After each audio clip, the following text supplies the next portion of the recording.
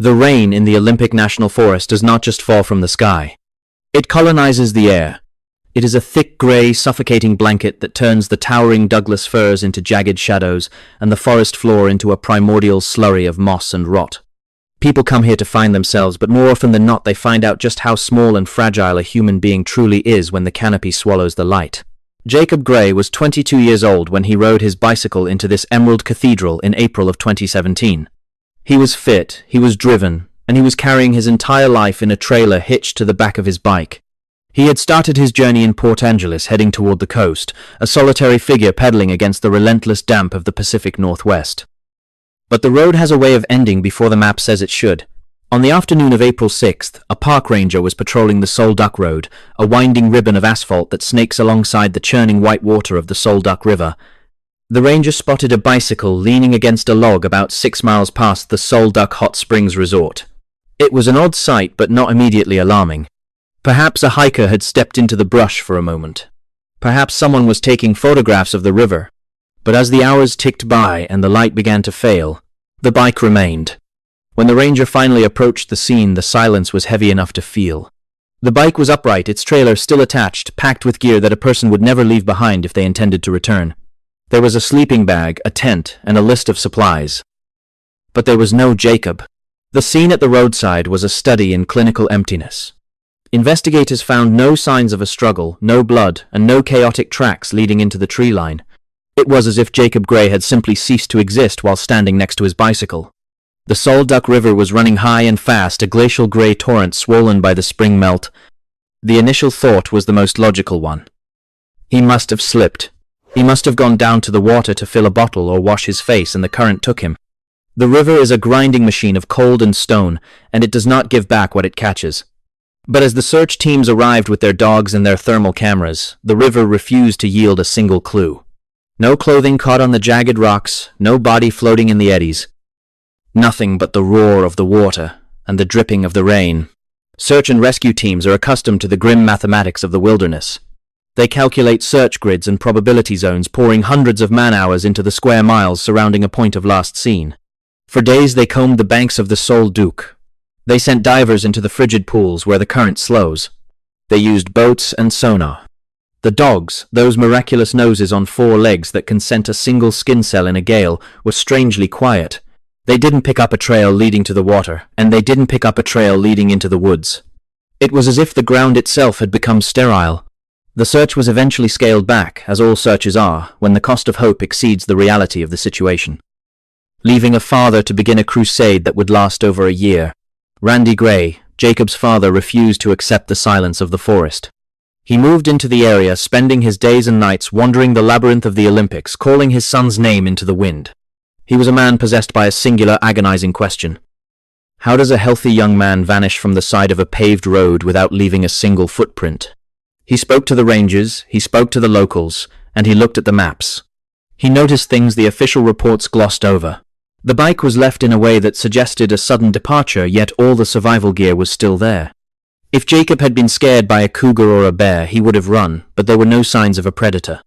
If he had been taken by a person, there would have been a struggle. But the moss was undisturbed, its velvet surface unmarred by the frantic scuff of a boot. The Olympics are known for more than just their beauty.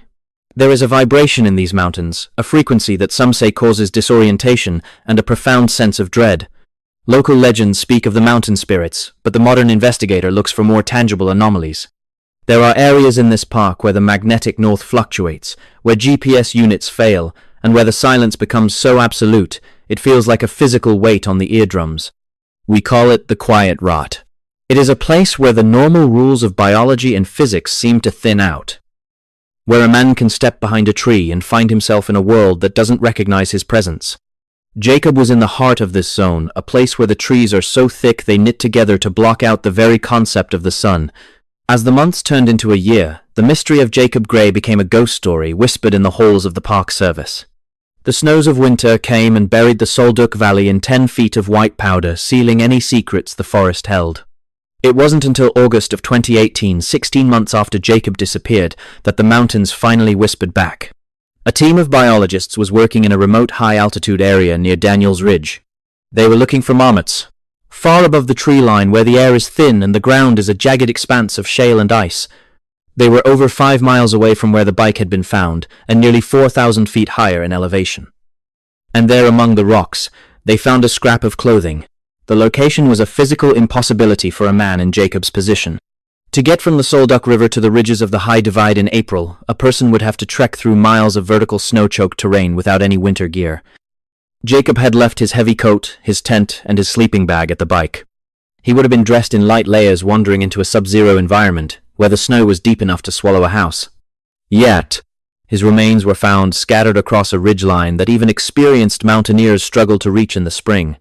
The biologists found his wallet, his identification, and the bleached fragments of his bones, scattered by scavengers and the brutal freeze-thaw cycle of the high Olympics.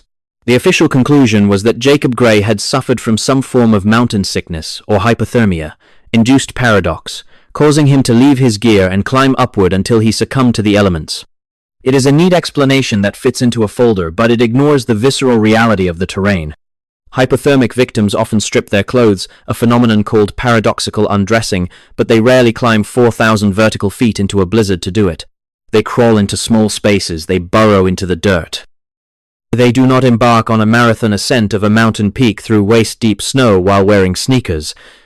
Something drove Jacob Gray up that mountain. Something compelled him to leave the safety of the road and the warmth of his gear and march toward his own certain death. In the world of the unexplained, we often talk about the lure of the high places. There is a pattern in these disappearances, a recurring theme where the victim is found at an elevation that defies logic. It is as if they were being drawn by a beacon, or perhaps pursued by something that didn't leave tracks in the snow. If you look at the geography of where Jacob's remains were found, it sits in a direct line with several other high-altitude disappearances in the Pacific Northwest. There are corridors in these mountains, invisible tracks where the veil is thin. And once you step onto one of those tracks, you aren't walking on the earth anymore. You are moving through a space that is being folded by forces we don't have names for yet. Think about the physical exertion required to climb from the river valley to Daniel's Ridge in April. The snow would have been a soft, treacherous powder. Every step would have been a grueling struggle burning through thousands of calories. A man in light clothing would have been shivering violently within minutes, his fine motor skills failing, his mind clouding. And yet the evidence suggests he didn't stop. He didn't turn back when the road disappeared behind him. He didn't try to build a fire or find shelter.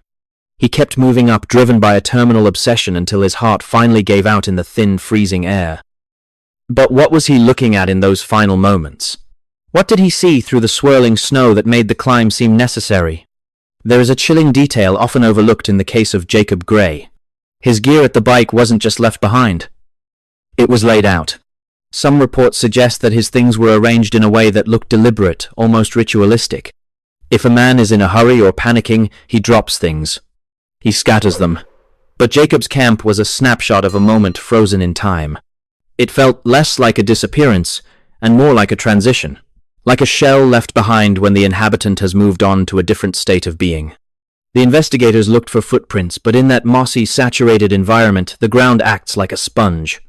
It absorbs the evidence of a man's passing and resets itself within hours, leaving nothing but the trees to bear witness. The cynical investigator might say that Jacob had a mental breakdown. They might say the isolation of the road finally cracked his psyche and he ran into the woods to end it. But suicide is rarely this elaborate. Suicide doesn't usually involve a 5-mile climb through a vertical freezer. There is a sense of being pulled of a magnetic attraction to the peaks that we see time and time again in these cases. We see it in the way the bodies are found in impossible locations, places that search teams have cleared multiple times, only for the remains to appear once the search is called off. It is as if the mountain decides when it is finished with you. And only then does it let the world see what is left. Jacob Gray was a son, a brother, and an adventurer. He wasn't a statistic until the Olympics made him one. His father eventually found the closure of a burial, but the answers remain buried in the scree of Daniel's Ridge. The Sol Duc River continues to roar, its water cold enough to stop a heart in seconds, and the moss continues to grow over the spots where men once stood. When you walk in those woods, you can feel the eyes of the forest on your back.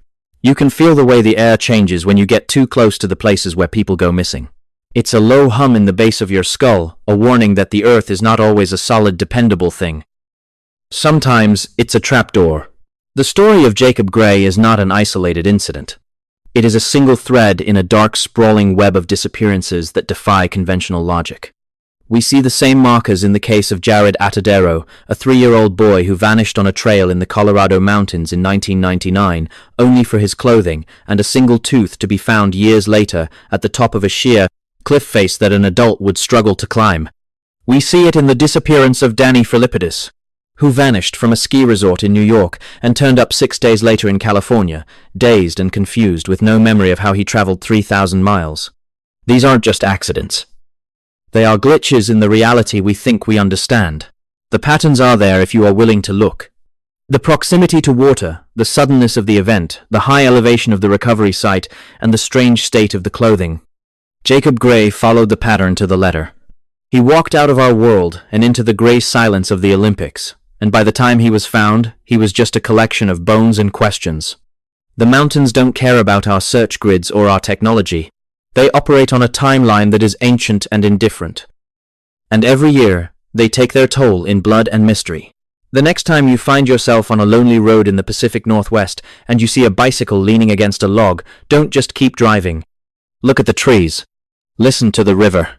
And ask yourself if the silence you hear is just the absence of noise. Or if it's the sound of something waiting for you to step off the path. Because once you step into the green, the road back is a lot longer than the map says it is. And the mountains never forget a face they've decided to keep. The Olympic Peninsula is not a place that welcomes the casual observer.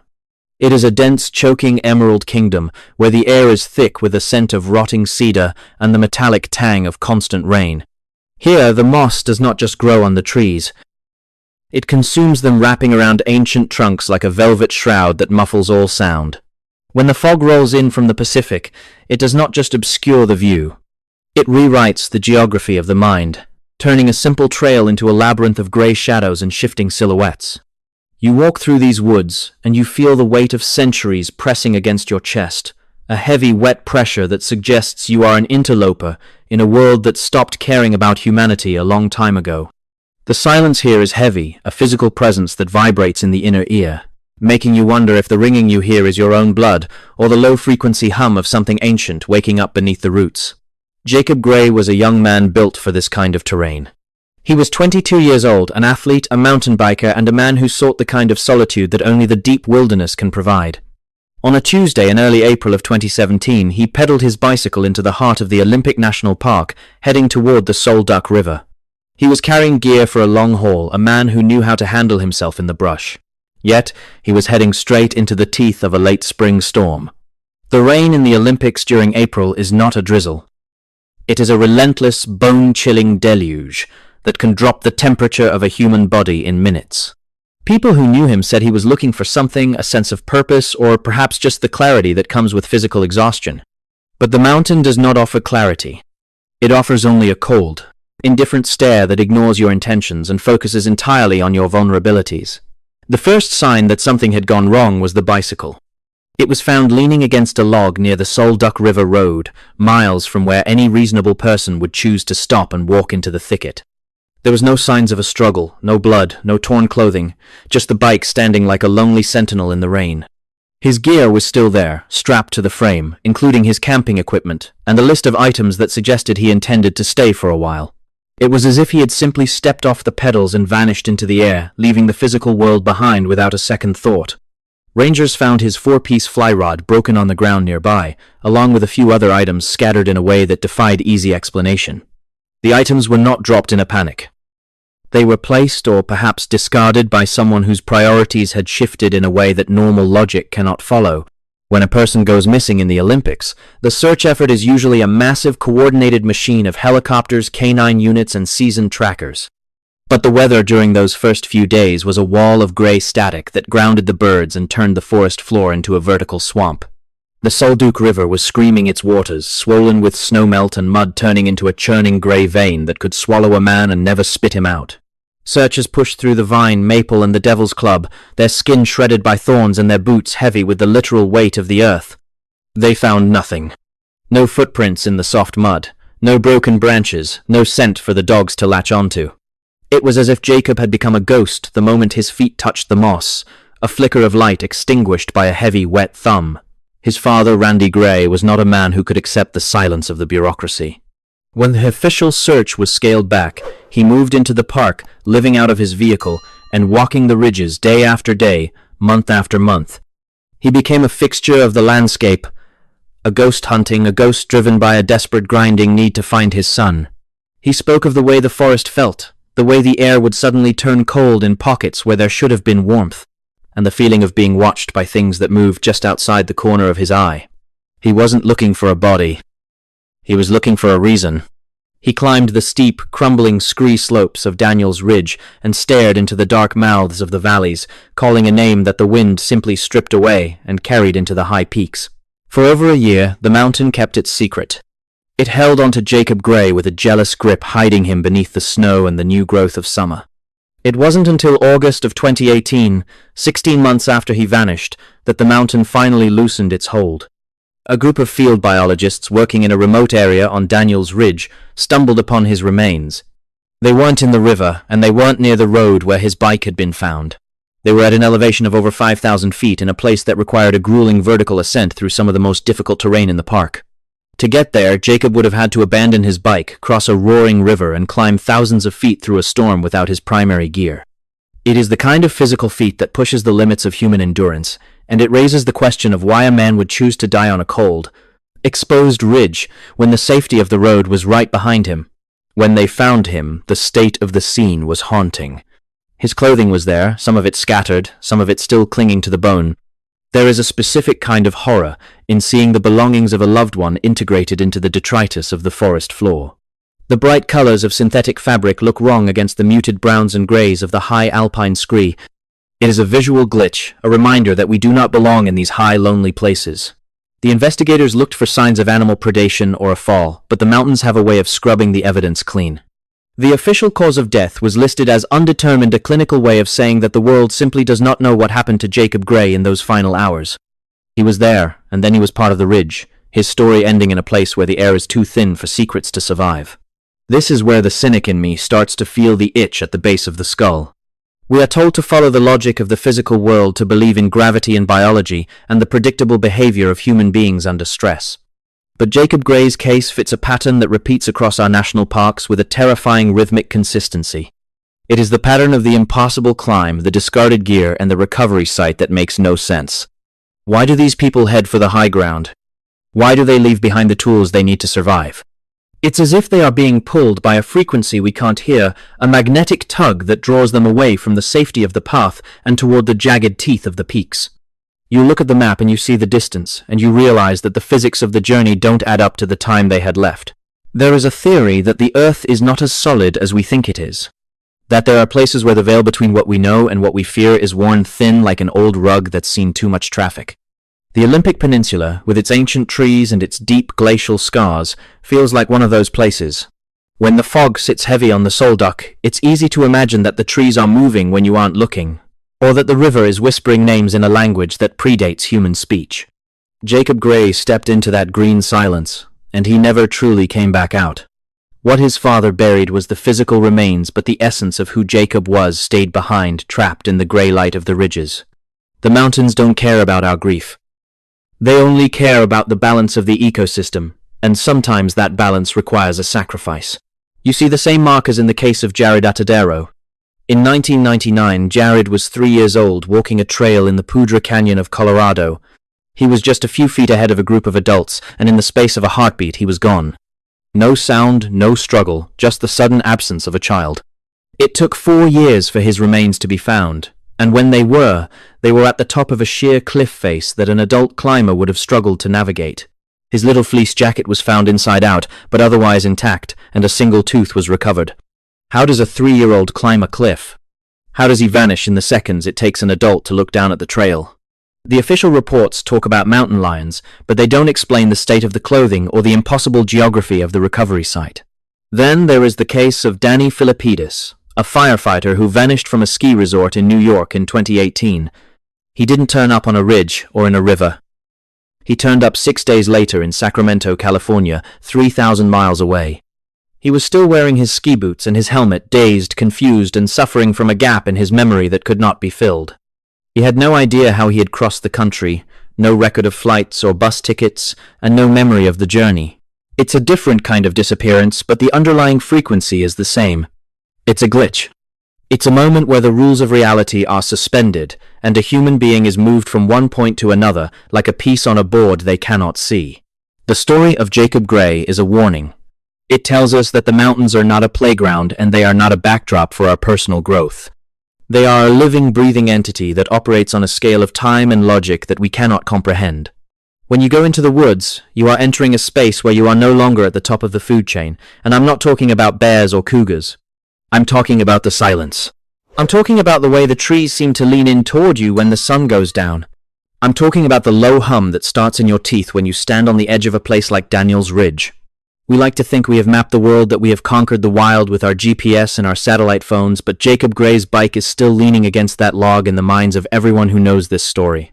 The next time you find yourself on a trail and the wind drops away to nothing and the birds stop singing all at once, pay attention. Don't just check your watch or look at your map. Look at the way the light is hitting the moss. Look at the way the shadows are stretching out toward your feet.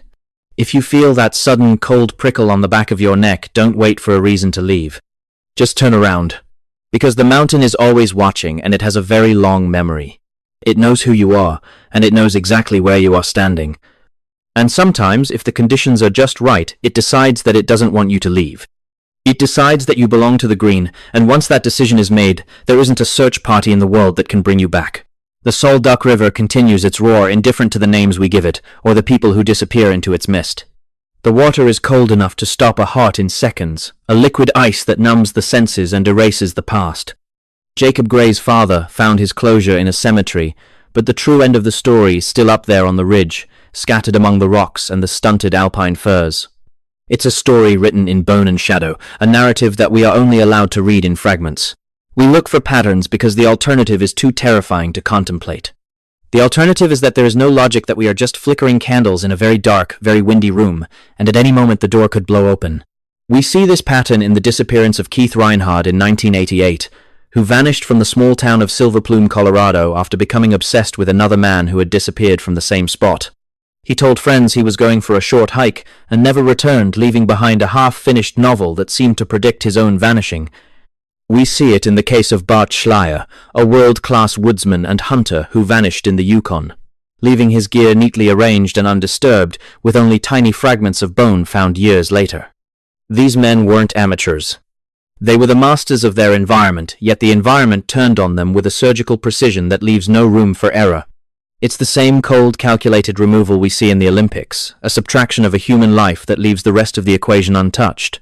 So, walk carefully when you step off the pavement. The world is a lot bigger and a lot hungrier than the brochures tell you. The silence you hear isn't just the absence of noise. It's a predatory stillness, a pause in the breath of something that has been waiting for you to arrive. Jacob Gray followed the trail until the trail wasn't there anymore, and by the time he realized he was lost, he wasn't in our world at all. He was in the gray, and the gray is a place where no one ever truly comes home from. Keep your eyes on the trees and keep your ears open for the hum. Because once the mountain decides you're finished, the only thing left to do is wait for the world to see what's left of you.